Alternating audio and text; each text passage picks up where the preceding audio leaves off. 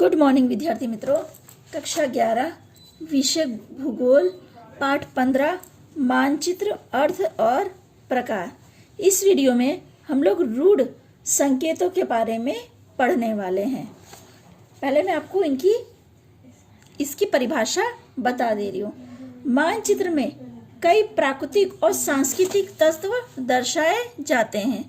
इन दोनों तत्वों को सरलता से दर्शाने के लिए कुछ रूढ़ संकेत या सांकेतिक चिन्हों की मदद ली जाती है, तो उसे रूढ़ संकेत कहते हैं।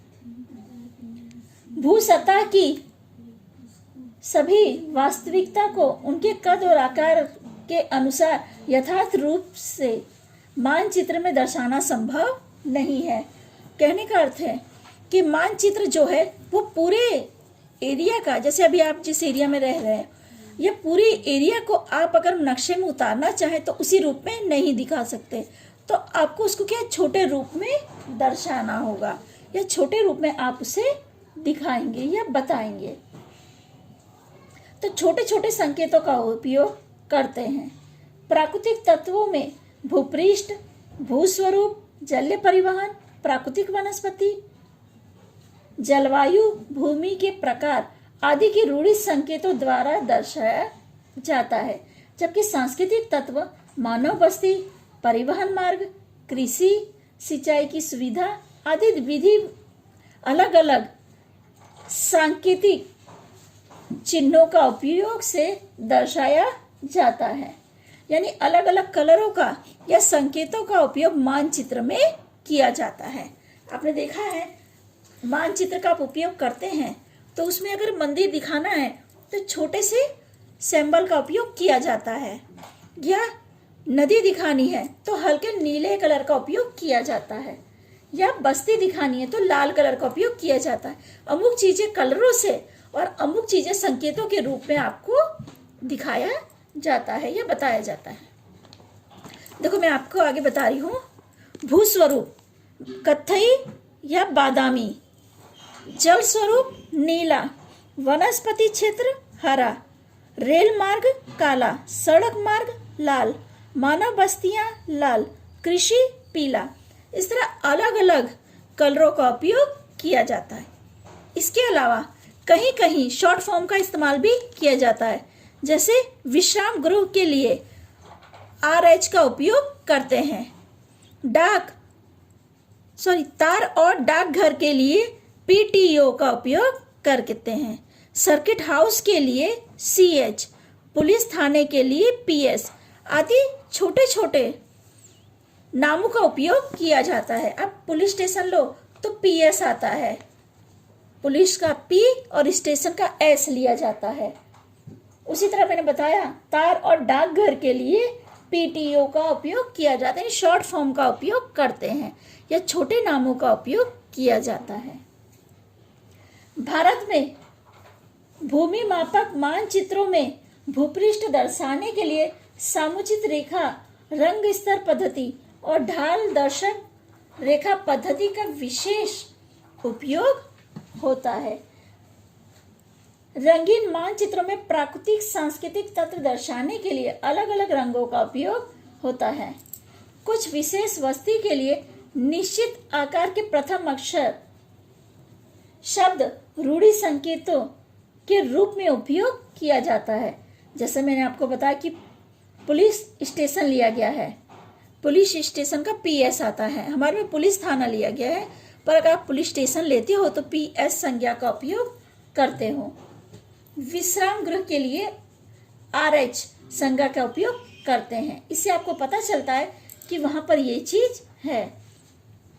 मंदिर, मस्जिद, गिरजाघर आदि विशेष इमारतों के लिए उनके सामान्य छोटे कदों की आकृति का उपयोग मानचित्र में होता है। इस तरह सांस्कृतिक दर्शाने के लिए शाब्दिक अर्थघटनों का संक्षेप कर ऐसे रूढ़ि संकेतों का उपयोग होता है। इसे रूढ़ि संकेतों को मानचित्र की लघु लिपि कहते हैं। भूमापक मानचित्र स्थलकृत मानचित्र में जानकारी दर्शाने के लिए चिन्हों का उपयोग होता है। इन सांकेतिक चिन्हों को रूढ़ि संकेत कहते हैं। मानचित्र वाचक और उसे अर्थघटन के रूढ़ि संकेतों का तल्य स्पर्श अध्ययन आवश्यक है। यानी किसी भी चीज की जानकारी के लिए नक्शे में रूढ़ि संकेत यानी अलग अलग संकेतों का उपयोग किया जाता है, जिसे लघु लिपि के नाम से जानते हैं। भारत में देहरादून में स्थित द सर्वे ऑफ इंडिया,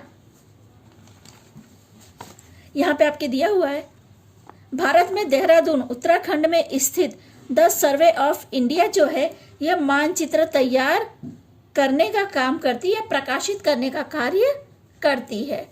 अक्सर एग्जाम में प्रश्न आता है कि भारत की कौन सी संस्था मानचित्र तैयार करने का या प्रकाशित करने का काम करती है और वो कहाँ पर स्थापित है, तो देहरादून के उत्तराखंड में द सर्वे ऑफ इंडिया, जिसमें अंतरराष्ट्रीय रूप से स्वीकृति रूढ़ि संकेत या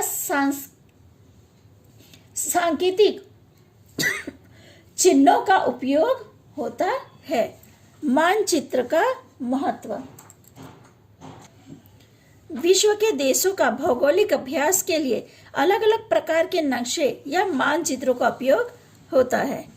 मानचित्रों के बिना भूगोल विषय का अभ्यास नहीं किया जा सकता। नक्शा अनेक रीतों से उपयोगी होने से उसका महत्व बहुत अधिक है। कहने का अर्थ है कि मैंने आप लोग को पहले ही बताया था कि भूगोल का अध्ययन करने के लिए नक्शे का अध्ययन करना आवश्यक है। अगर नक्शे का अध्ययन आपको नहीं आता है तो भूगोल का अध्ययन वो नहीं किया जा सकता। मानचित्र सबसे उपयोगी चीज है। मानचित्र की मदद से आप किसी भी स्थान के बारे में जानकारी प्राप्त कर सकते हैं। भूगोल के अध्ययनकर्ताओं के लिए मानचित्र विश्व की संपूर्ण जानकारी देने वाला सर्वग्रह है। यानी इसमें पूरे विश्व की जानकारी समाहित है। आप किसी स्थल पर जाकर उस स्थल के बारे में जानकारी प्राप्त करने में आपको काफी समय लग जाएगा, पर नक्शे के जरिए आप एक ही स्थान पर बैठ के वहां की पूरी जानकारी प्राप्त कर सकते हो। मानचित्र में पृथ्वी सतह की सभी जानकारियों का आलेखन सरलता से किया जा सकता है। यानी किस स्थल पे क्या है, ये पूरी जानकारी का आलेखन जो है वो नक्शे में सरलता से किया जा सकता है। यानी उसके बारे में हम जानकारी प्राप्त कर सकते हैं। नक्शा सामान्य और सभी जगह उपयोगी होता है। वह स्थल और भौगोलिक स्थान की जानकारी पूरी करते हैं। दो स्थानों के बीच का अंतर नक्शे की मदद से जान सकते हैं। और जो नौका या विमान चालक या औद्योगिक स्थायी की इकाइयों के स्थापक सेना के लिए नक्शा बहुत उपयोगी है, क्योंकि क्या है, कई बार ऐसे स्थल पे जहां पर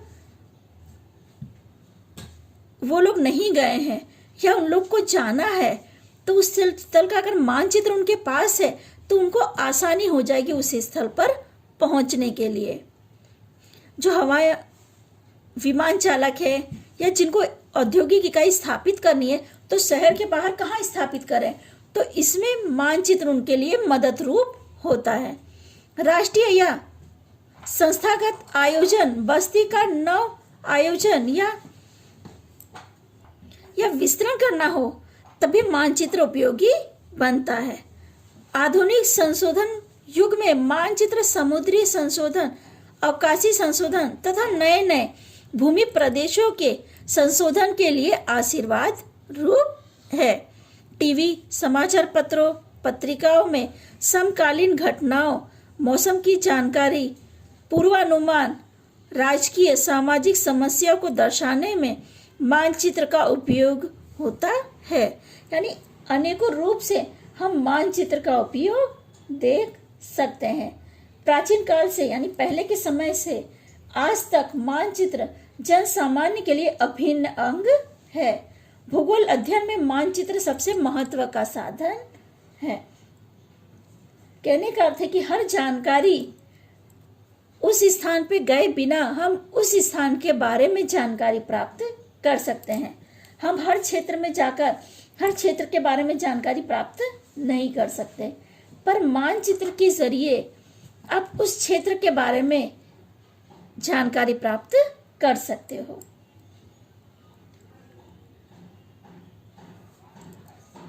आज जो समय है इसमें वर्तमान यानी जो हम लोग अभी इस समय में है, मानचित्र का उपयोग ना करने वाला शायद ही कोई ऐसा क्षेत्र आपको मिलेगा। हर क्षेत्र में मानचित्र का उपयोग होता है। मैं ये नहीं कहूँगी कि मानचित्र यानी सिर्फ जो नक्शा होता है वही। अब मोबाइल मैपिंग का भी उपयोग करते हैं कहीं आने जाने के लिए या किसी क्षेत्र के जानकारी के लिए, या किसी क्षेत्र में आपको जाना हो उस क्षेत्र का जानकारी के लिए आप मानचित्र का उपयोग करते हैं। ठीक है विद्यार्थी मित्रों, इसी के साथ ये पाठ पूरा होता है।